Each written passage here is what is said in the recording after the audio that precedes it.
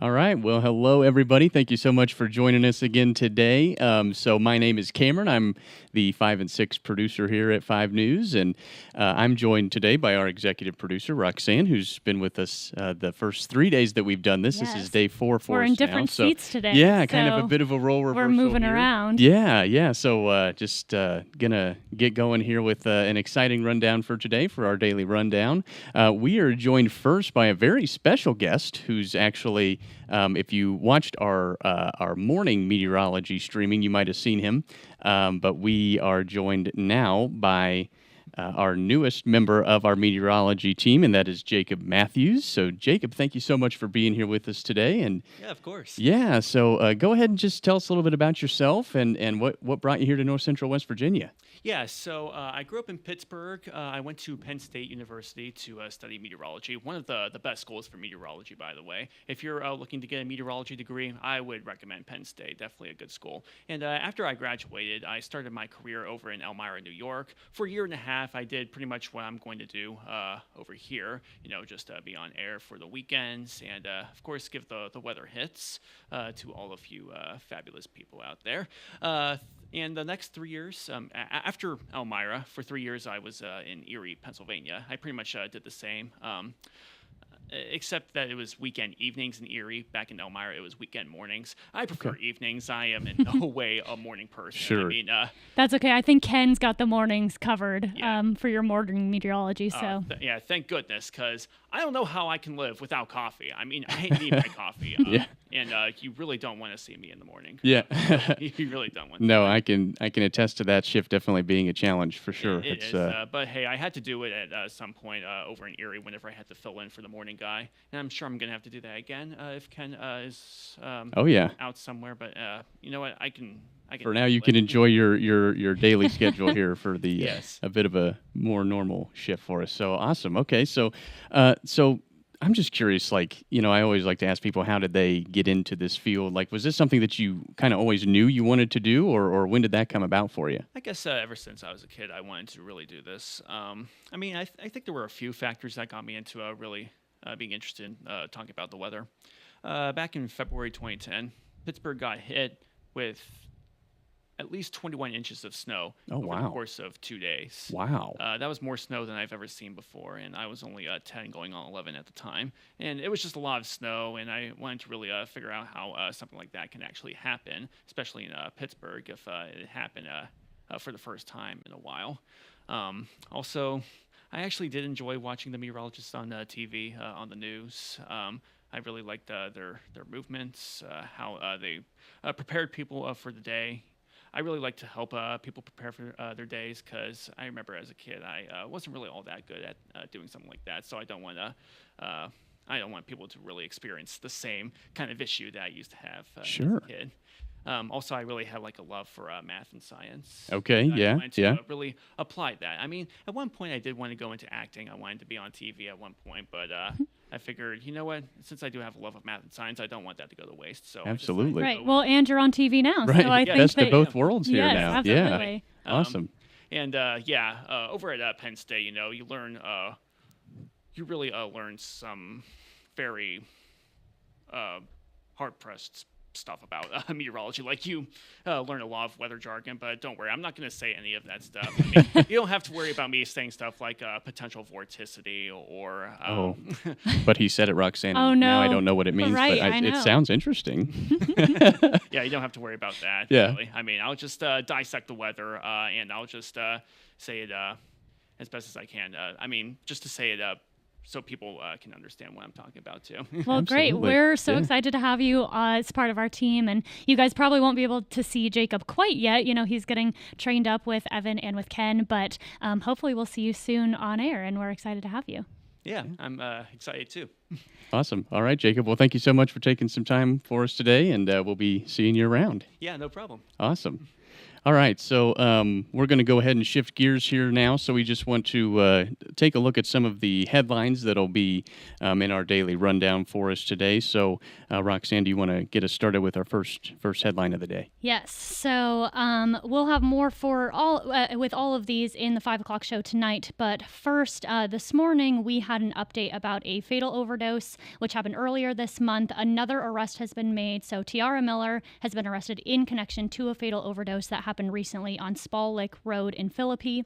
The victim was taken to a local hospital where they later died after overdosing. So Miller is identified as a person who offered the victim drugs, which she told police was cocaine, and she is charged with the delivery of a controlled substance, failure to render aid, and conspiracy. She's also charged with child neglect, as there was a juvenile present in the home when the overdose occurred and as they were taking the victim to the hospital. Miller is one of 2 people actually charged in relation to this death, so we have more information about that other arrest and some more about the situation in general on our website, wdtv.com, if you're more interested in kind of the longer story about, these arrests and that death. Sure, absolutely. Yeah, that's, of course, an ongoing investigation with that, as well as many of these investigations are that we're following. So right. We'll provide the latest developments as those come along for us here. So now moving on to our next headline here today. So there was a fatal motorcycle accident that took place in Morgantown. The victim was 24-year-old James Smith III, who was from Morgantown. West Virginia State Police say that the crash happened around 4:20 p.m. Sunday, so that was yesterday. It was in the westbound lanes of I-68 near mile marker 13. Police say Smith lost control of his motorcycle, and he was thrown from the bike and was ultimately pronounced dead at the scene. So those are the details that we've received so far from the West Virginia State Police about that situation. And obviously, if we have any new developments with that investigation, we will provide those as well. Right, absolutely. Yeah. And if you were driving on I-68 on Sunday, you might have seen a lot of traffic from this accident. I saw a lot of posts on Facebook on Sunday about traffic being backed up from this. So that might have been what that traffic was on Sunday, was this fatal accident. Yeah. So next we'll look at some statewide news. So in Kanawha County, there actually was a shooting reported at a local Walmart. So this was in the parking lot of the Nitro Marketplace at the Nitro Marketplace Walmart in Kanawha County. The news came in at about 11:30 a.m. and officials say the victim was an employee of the store. She was found in a car by other employees after not returning from her break at work. So that's basically all the information we have right now about the situation, but I'm sure, and our sister station, WSAZ, they're the local news station down there, so they will have updates throughout the day. Again, we've shared that story, so if you've seen it on Facebook or on our website, that story will be updated as they get more information as this situation unfolds. Absolutely, yeah. It's limited details, as you said, so far to this point, and but yes, we'll keep people posted on the newest developments with that situation as well. Okay, so we're going to turn now to some national headlines. Of course, a story that's been in the headlines for quite some time now, obviously, is the situation in Iran. There continue to be developments with that every day. So on Sunday, President Trump said that the U.S. Navy would begin a blockade of ships entering or leaving the Strait of Hormuz. Obviously, that comes after the U.S. and Iran ceasefire talks that happened over the weekend in Pakistan ended without an agreement. So this graphic here is showing you some of those ports that are going to be subject to that potential blockade of the strait. U.S. Central Command announced that the blockade would involve all Iranian ports, and as I just said, those are some of the main ones there that are subject to that. And Central Command says that it would still allow ships traveling between non-Iranian ports to go through the strait there. So, and I think one of the biggest things that we're seeing from this situation is, of course, again, what's been in the news lately is the price of oil. Right. So the oil prices rose in early market trading after the blockade announcement, and it says here the U.S. crude oil rose 8% to $104.24 per barrel. Brent crude oil, the international standard, rose 7% to $102.29 per barrel. And in late February, before the war, Brent crude oil cost about $70 per barrel. So you can see a big increase there, and that has only gone up since this blockade was announced. Sure. Yeah, and obviously, again, these negotiations have been ongoing here, and several talks between both sides on how to move forward with this situation. Of course, a lot of parties who are not directly involved with the situation, but who have a vested stake in it, are hoping to see this war wrapped up fairly soon. So, again, we'll continue to provide updates as we get those on this situation. And I'm sure we'll all see the effects of that at the gas station. Yeah, right? absolutely. So right. We'll see how that affects your local gas prices. I'm sure we'll keep you updated there as well for how that's affecting you at Sheetz or at any of the other gas stations locally here. For sure. Yeah, absolutely. All right. Well, let's go ahead and take a look now at our reporter packages for today. And we have someone here to kind of help us preview some of what we'll be having our reporters discuss today. And he's become a familiar face here for us on the Daily Rundown, Roxanne. And so we're happy to have him with us again. Our most occurring guest. Yeah, absolutely. So we're joined by our sports director, Cam Murray. So Cam, thank you so much for being here. And you might be thinking to yourself, if you're watching, like, well, what in the world are we having Cam talk about a news story for? But I promise it'll make sense to you. But also, as we said on Friday, like, we kind of like having Cam talk about news stories. He seems to be pretty He's in good the at news it. world. He's in the sports world. He's everywhere here. Yeah, absolutely. So, okay. So Cam, kind of give us a rundown of what Patrick's going to be doing today. Well, I don't want to spoil it. I mean, he had a pretty good stand-up idea. He's working on a pretty good shot in his package. So he's doing interviews with West Virginia students on their thoughts on Ross Hodge in year one. But I just want to mention this too. He's doing a stand-up where he's trying to make a half-court shot or behind-the-back shot, and take a long time to do that. So we'll see what time he actually gets to West Virginia. Hopefully he's there now. But yeah, I mean, exciting year for head coach Ross Hodge and the Mountaineers. So you win the crown, you bring in a couple of transfers right now. I mean, I'm literally looking at my phone every 5 seconds because things are happening that quick with the transfers coming in and out, and a lot of excitement. So, yeah. So we were talking to Patrick earlier about this, Cam, and I want to get your kind of take on this because, of course, Bob Huggins was the basketball coach for a long time, and then since he was taken out of the program, they've had a new coach every year since then. Mm-hmm. And this upcoming season, Ross Hodge will be in his second year, of course. So why do you think it's so important now, like, for them in this upcoming season? Well, you have a coach that's going to be there next year, so that helps. The recruits that you brought in, the transfers. It gives them a step up, you think, from previous years? Well, yeah, because you had a guy, DeVries, last year who pretty much left us high and dry. Eiler, unfortunate what happened with him, just a bad year, so he leaves. You have to get a new coach, obviously, but it just adds more to building your foundation, and you're setting a standard for year one. You want to continue that for year two. The transfers, especially the recruits you bring in from high school, they want to. If they're going to sign to a school, you're expecting the coach to stay there. Last year we saw some differences in that, but this year, yeah, it's important to stay at your school. And in the Big 12, a lot can happen, a lot can be turned over. When you have a roster or a coach rather that stays there, it only helps your program. Yeah, very cool to see that.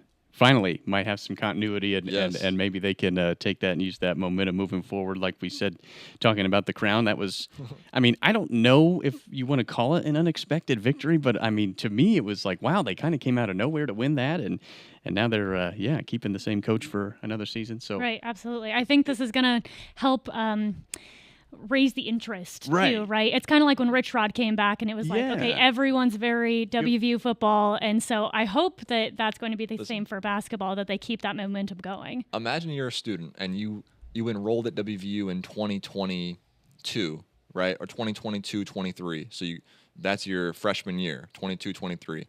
Huggins, then Eilert, then DeVries, then Hodge. You would have graduated this year seeing a different coach in every single year you went to college. So for a student, I mean, and for a fan too, you want to get to know the coach. You want to have some familiarity like that. I could see the fans or the freshmen and sophomores this year rather seeing Hodge and getting more excited for the program, especially what we're seeing with the women's basketball team. You want to build that hype. The hype that they've created is just contagious across all West Virginia athletics. The more you can continue that, I think it's just better for the university. So yeah. Right. Exciting Definitely. Exciting time to be a Mountaineer. Yeah. Awesome. All right. Well, Cam, thank you so much for hopping on today. We always enjoy having you. Yes. We might as well just call you a co-host The third, at this yes, point. exactly. But yeah, so he's going to be off and running for us, getting his sports show ready for the 6. And so yeah, awesome. All right. Thank you so much, Cam. And again, that'll be on Patrick's story, not Cam's story. Right. But Patrick's story will be Yes. on the 5 and 6 tonight. So we'll get a lot of good reactions, I think, from students Yeah. and local fans. So it'll be interesting to see, what they have to say about the season and about Ross Hodge. Absolutely. Yeah. And again, just, I'm so big on momentum in sports. And I just Absolutely. feel like, you can carry that into a new season. And if you have guys that have been around the program and are familiar with the coach and what he wants to do, then Right. hopefully that can, take him to the next level. We'll get And him I back to the think, tournament. Like in West Virginia, it's kind of infectious. Like Yeah. I was not a sports fan Yeah. before, and I wouldn't say that I'm like a huge sports fan now, but working at this station, and you kind of have to be a West Virginia fan if you're living here. Yeah. Like there's just something in the air here that it's like that. No matter how many times they lose or how good the season is, it's kind of like that's your ride or die. Absolutely. And so, especially like I was saying, when Rich Rod came back and like Lacey, our news director, she was like so excited about it. She remembered when he was a coach, you know. those and were so, some great years. Right. Yeah. And so it's fun, to be in the newsroom and seeing everyone like excited about stuff like that and excited for West Virginia University. I mean, we always get really hyped up when they play. So Right.